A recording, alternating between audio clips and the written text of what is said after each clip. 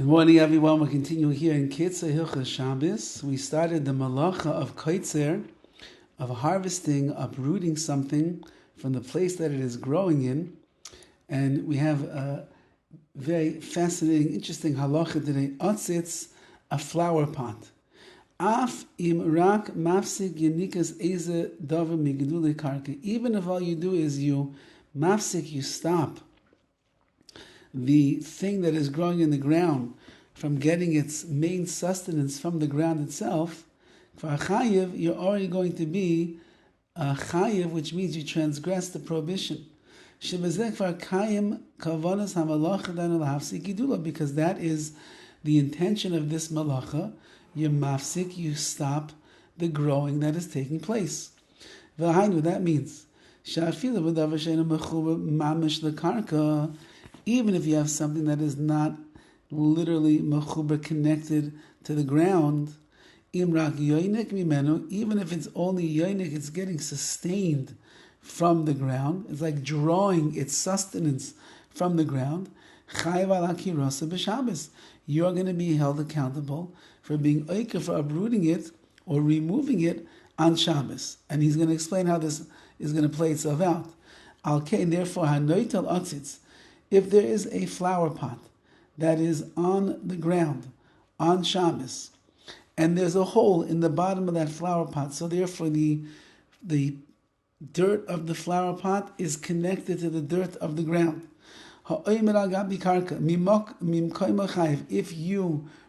If you pick up the flower pot and you move it someplace else from where it was, you're going to be chayiv. You'll be held accountable. Even though that is not mechubah, it's not connected to the ground. Mechubah means that it's actually in the ground itself. For example, the way that we understood the malacha simply is when you have something that is already enrooted in the ground and now you uproot it, you break it off from the ground itself. That's the malacha of KITZUR.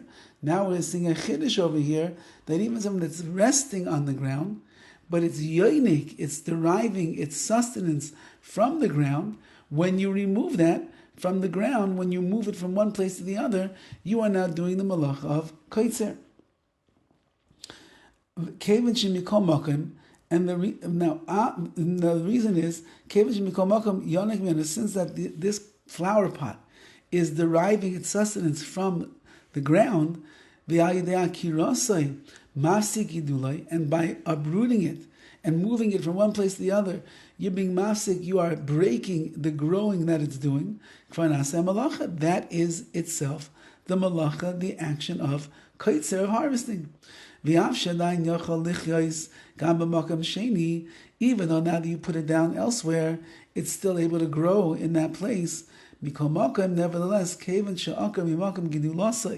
since that you uprooted it from the place where it was growing right now, that itself is included in the category of KITZUR, of harvesting, and a person would not be allowed to do that on Shabbos.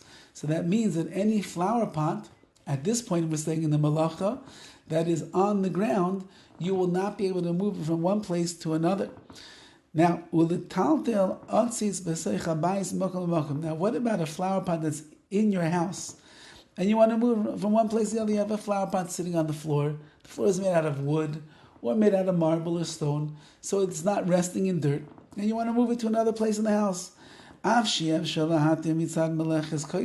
though that you're not transgressing the prohibition of KITZUR, which is harvesting, because it's not being yoinik, it's not deriving any of its sustenance from your wood floor. It's not getting any of the unique, any of the sustenance from the floor of the house, because our floors, meaning in the olden days, it's true, they had earth and dirt floors, but we don't have that. Nevertheless, perhaps though, the flower pot is going to be considered muktzah because it's set aside from before Shabbos just to be like your showpiece over there in the house. And therefore you need to ask a question to your local Orthodox rabbi whether or not you're going to be allowed to move that inside of your house or not.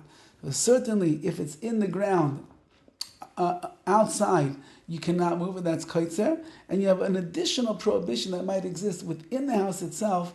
It might be considered muktzah, which is something that we're not allowed to touch and move around on Shabbos, and therefore, when in doubt, do without, better to leave it in its place.